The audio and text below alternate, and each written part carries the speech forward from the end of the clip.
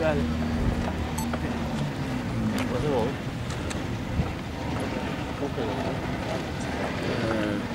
Professeur Matar Mouchek, recteur de l'Université de Thiès. Alors, professeur, après avoir visité les chantiers, alors avez-vous l'impression que les choses...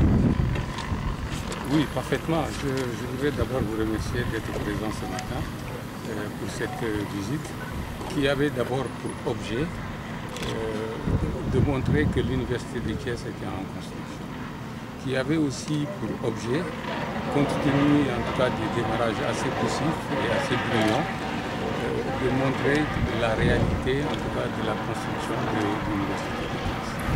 Donc c'est un projet, en particulier le projet PGFIP, qui est sur 24 mois. Et nous sommes, disons, 6 mois de construction, c'est-à-dire le premier cadre. Il était bon, bien entendu, de passer un peu nous sommes de voir la réalité en tout cas, de la construction de l'Université de manière réelle.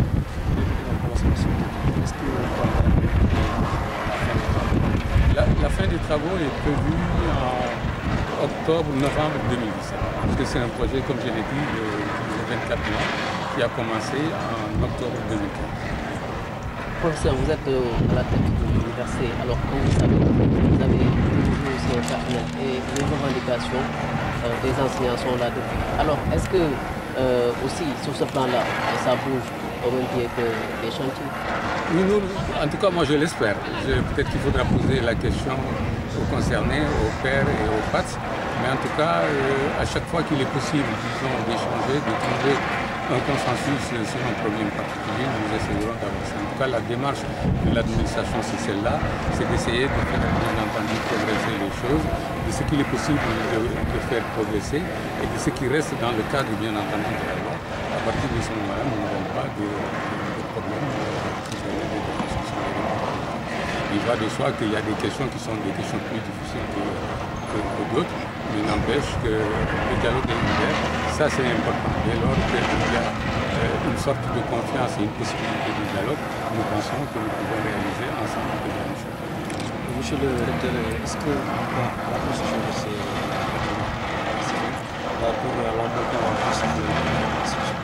Oui, je le pense très sincèrement, parce que c'est vrai, comme vous l'avez vu, il y a la construction, disons, des UFR.